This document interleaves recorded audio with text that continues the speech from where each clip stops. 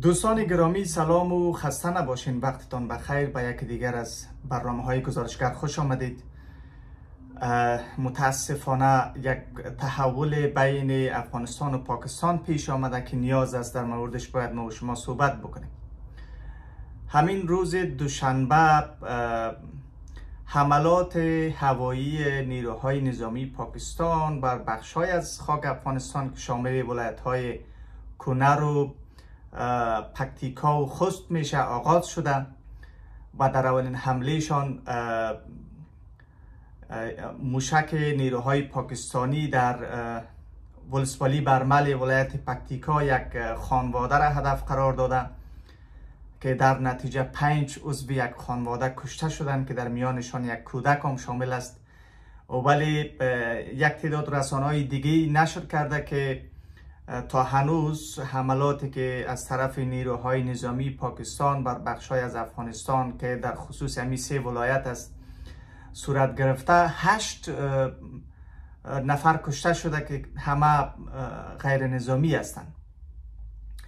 و در عین حال حکومت پاکستان ادعا میکنه که اونا نیروهای طالبان پاکستانی را که امارت اسلامی در افغانستان جای داده هدف قرار میده و این حملات شروع شده و هیچگاه خاتمه پیدا نمیکنه تا طالبان اونا را از خاکشان بیرون بکنه و پاکستان تسلیم بکنه.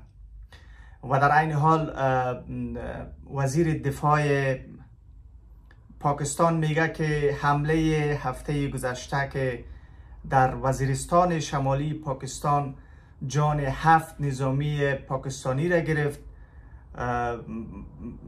دست نیروهای طالبان پاکستانی است که در افغانستان زندگی میکنه و طالبان هم کماکان از اونا حمایت میکنه.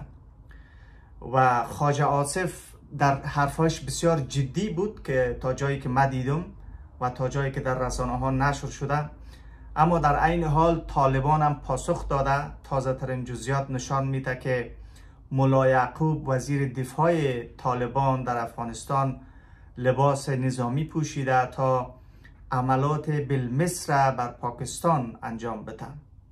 تا هنوز بر اساس خبرنامه وزارت دفاع طالبان که در رسانه ها دست کرده نشان میده که نیروهای طالبان تا هنوز بر بخش‌های از پاسگاه‌های نیروهای پاکستانی در اطراف خط دیورن حمله کرده که تا هنوز از تلفات جزئیات در دسترس نیست، ولی این حملات تایید شده و پیش بینی ها نشان میده که اگر به می شکل وضعیت ادامه پیدا کنه احتمال داره که حملات شدت پیدا کنه و در نتیجه تا یک تفاهم صورت نگیره، تا یک بحثی بین حکومت پاکستان و حکومت طالبان افغانستان صورت نگیره، این حملات بیشتر میشه و احتمال داره که حتی جنگ واضح و آشکار بین دو کشور صورت بگیره،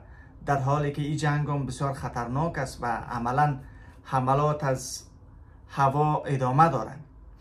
و ما این موضوع را دنبال میکنیم از طریق همین دریچه گزارشگر. شما در جریان باشید، گزارشگر را تعقیب بکنین، سابسکرایب بکنین تا این موضوع را ما لحظه و لحظه به دسترستان قرار بدم که در وضعیتی که پیش آمده بین افغانستان و پاکستان چه میگذره.